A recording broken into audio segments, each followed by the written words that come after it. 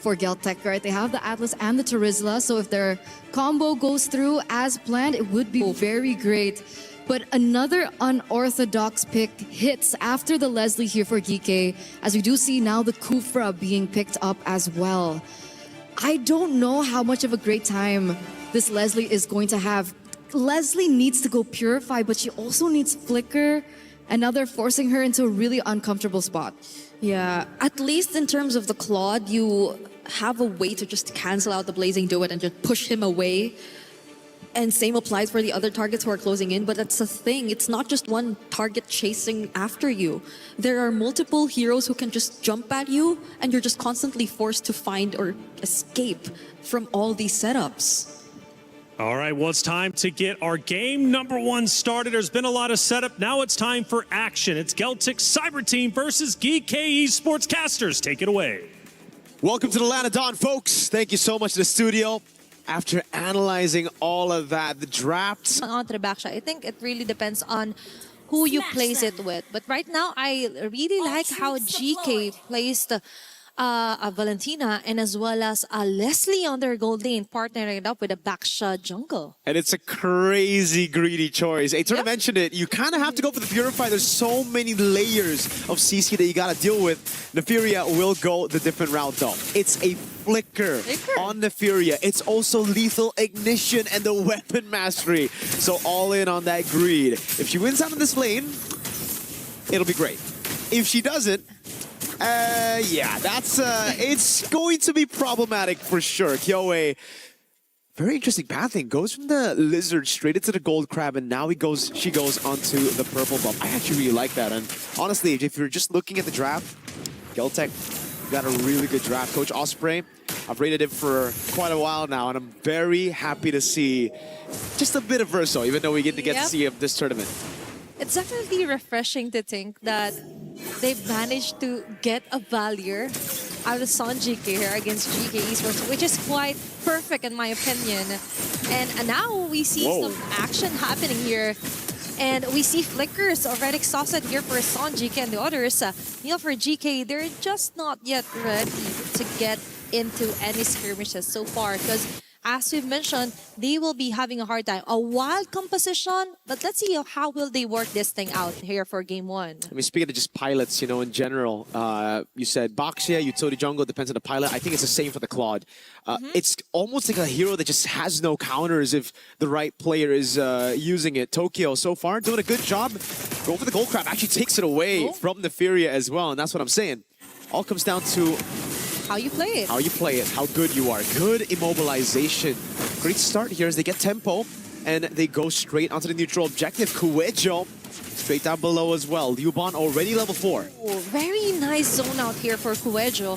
And as well as placing out the Frigid Breath as early as possible. Eliza with the jump. GEEKAY will be able to back away. There's going to be steering turns here. Get a first blood here is Yui. Meanwhile, GEEKAY with a trade-off of double for 1. GELTEK getting most of the advantages here, and Eliza, even though that was a great entry point, just didn't have enough respo to make the most out of it. There you go. Just a really good start for GELTEK. So far, it's just a turtle take. They were first onto it. It's all about tempo and building up, set up before the neutral objective. Meanwhile, for GEEKAY, I really feel like they should try to rotate onto Neferia instead of going for those neutral objectives. They have pretty good rotation speeds. Tokyo this time won't be too fortunate to actually steal that away. Neferia will be the one getting it.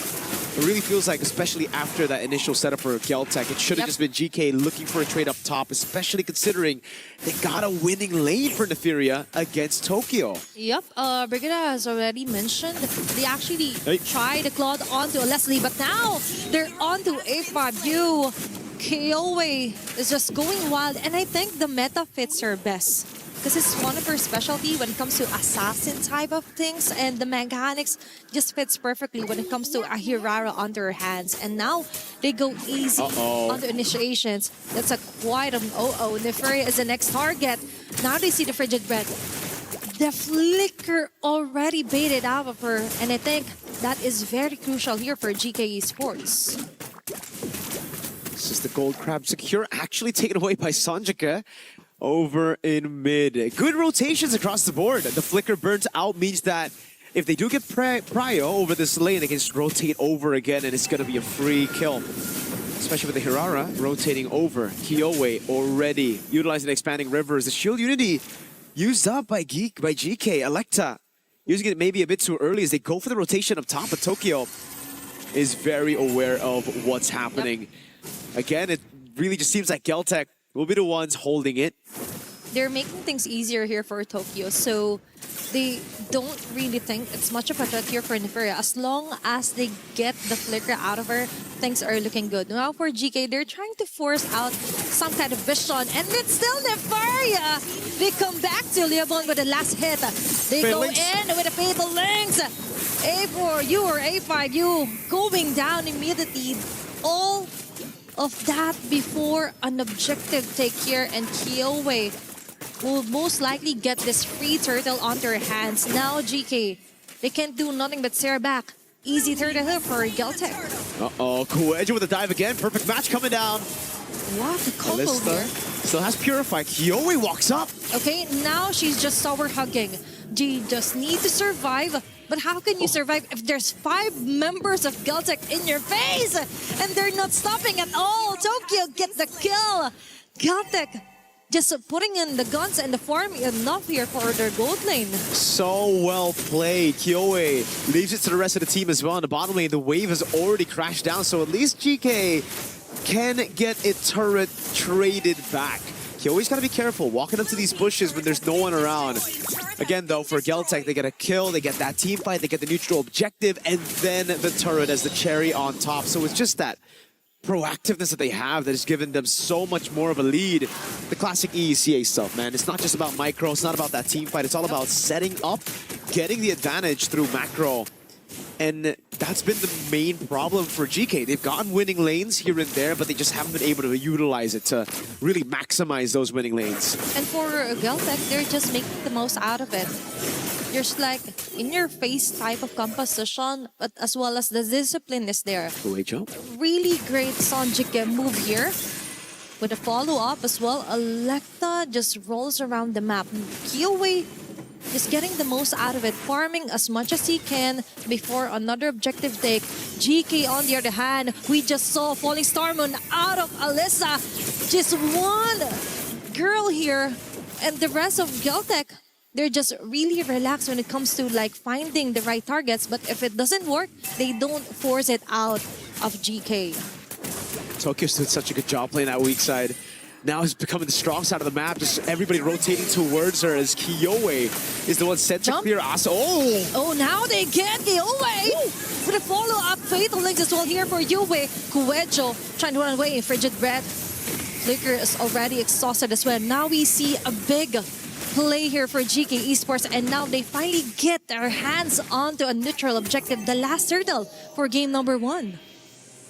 Solid stuff. Finally, signs of life for GK. Finally, they're able to catch Kiowe here. And it seems like Asu wants to go for more. Up top with a flicker as well onto Liuban. I don't even know if they had the resources to kill her. Even if that Tyrant's Revenge landed, Kuejo knows the flicker is down, but doesn't have the fatal links. It'll just be now a slower game. Tokyo, everything given over to her. It's all about her being the main carry now as we move into the mid game. Tokyo with the golden staff. The Furia a bit behind. Kiowe goes for the War Axe here. Right after the Hunter Strike, a bit more of a safe approach. No Sky Piercers for the Hirara so far in MWI. And it's the rush for Electa onto Radiant Armor, which is quite interesting. I understand, you know, Sonjik has been a big threat, but Tokyo and Kiowe I thought were going to be the main ones that you have to deal with as a frontliner. I think that is somewhat a tunnel vision here for Electa to just solely focus to the defensive build, but now for GK Esports, maybe that's the plan.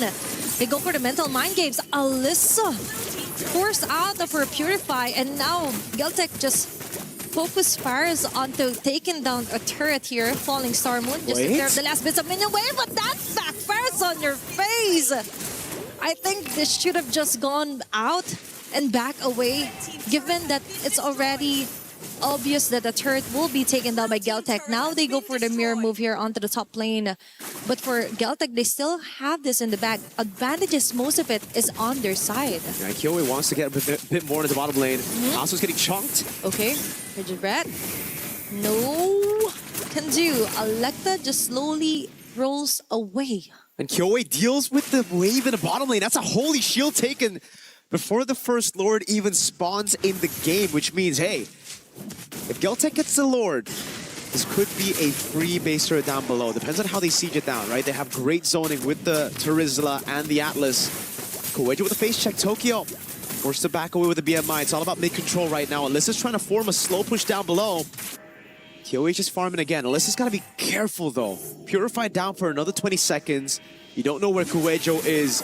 Lubon's going to handle the wave up top. And it's all up to Tokyo to utilize the expanding rivers. So for GK, they see the claw down below. Do they try to go for the Lord straight up? I think they want to rush this one. Alyssa. Okay, now they see Kuwejo with Alyssa going all in, frozen as well. But Kuwejo caught off guard with a fatal links in their face here for GK Esports. Will they get the trade? No can do. Alyssa falling down. A5U as well. Nefria with a shutdown kill. They're trying to chase down Yui as well. Tokyo with the last hit of the bullet. That's 3 members down here for GK Esports. And right on time, Tokyo even manages to get 1 kill out of them. GK are playing it well. They've gotten some great initiations. It's just they don't have enough damage. It really just seems like they're banking on the Furia to slay these guys up front, and it's not working out. Everybody's going back and forth so well for the side of GELTEK, and there's not much they could do about it. They're just going in back and forth. There's that untargetable skill from Kyoe as well. Tokyo's going back and forth with the BMI, and so many more initiations you gotta deal with those penalty zones, the fatal links coming around your way. I understand what the composition is meant to do right now, but it just seems like these back and forths and these angles that GELTEK are using to initiate on GK, it's a bit too much for them to handle. Exactly, because for GK, they weren't able to actually use their own crowd immunes here. But instead, it's them using it just to escape from the wrath here of GELTEK. You have plenty crowd controls here. You have the Falling Star Moon. You also have a very nice transition with the Titan's Rage, Titan's Revenge for A5U, but that isn't happening. Because the moment they're seen on the map, GELTEK just goes assassin mode immediately. And now, Conceal play it again. Lord onto their hands, slowly making their way here onto the bottom base turret. A5U with a jump. Now on the different angle, it would look like a great initiation, but no! Kuwejo with a fatal lace gunning. 2 members here. Tokyo with a blazing red follow-up. And the rest of the gang just gives it their all. Very nice return and bursting fireballs here for Son GK. GELTEK immediately, as you've mentioned, takes down a base turret 12 minutes into the game. The objective conversion of GELTEK, fantastic this time around. 12-3, but it's how they actually managed to get leads across the board. We get to see the replay again with the Holy Shield down earlier, set up by Kyoe. They can just brute force their way into this turret take, and what a play by Kuwejo. Baits out the Purify. There's another fatal links coming around by the IMU of Yui, but it's just not enough to deal with him. And again, we see the same problem for Neferia. She's doing damage. She has some of the items ready, but it's single target. These guys, these women from GCT, they're able to go back and forth so well that that single target just does nothing in these team fights. And for GELTEK, they just have to like juggle around on who will get the first bullets from Neferia, and that's it. And then another one comes in like Liubon, and the rest for GK Esports can do nothing about it. This is the thing about being too tunnel vision. Linear damage as well is a problem here for GK Esports. The item build earlier as well was a bit of a question here for Electa. But now we finally see an Antikythera onto her arsenals. And for GK Esports, they just need to hold on. And for GELTEK, we see Kuwejo as well. Landing another fatal links onto A5U. Electa on their front line with a shield unity. Her sun's activated as well. But look at Liubon and Kyoe as well. Ensuring those bullets and the fans hitting her in the face. Alyssa trying to run away. Basic and for Tokyo will be enough. A mega kill. 3-for-1 trade of GELTEK. Still a good advantage. It's really just a battle front to back. That was a very questionable initiation that worked out anyways. It was an all-in over onto a roamer. Asu, the rest of the team followed it through though, and they were able to get it done. Again for GK, Neferia's been free hitting. She's just safe in the back, hitting, getting all these shots. It's the reason Liubon actually fell. So damage is there, items are ready. It's just now, how do you get past your front line, getting bursted down before you can actually burst some of the other front lines? And the fact that they just have so many ways to get away. Look, again, Neferia free hitting this entire fight, but not able to shred these frontliners down as fast as GELTEK. They were the ones going at it. Look, right, Kyoe gets away just in time Tokyo walks up, and by the time Neferia walks up, they're already gone. Okay, for GEKay Esports, we understand that they more on the dive type of composition. But what's a great mage to deal with those kinds of in-your-face jumps? Sonjika's Valier. She just pushes them away from the targets, and then the bursting fireball. Man, that's so wild. So GK on the other hand, now... Oh, Divine Glaive and the winner crown. Oh my gosh, now they're getting ready for the final battle. Okay, Oy. there's a Kuejo yet again. No fatal is connecting onto anyone. Now there's their time to punish them.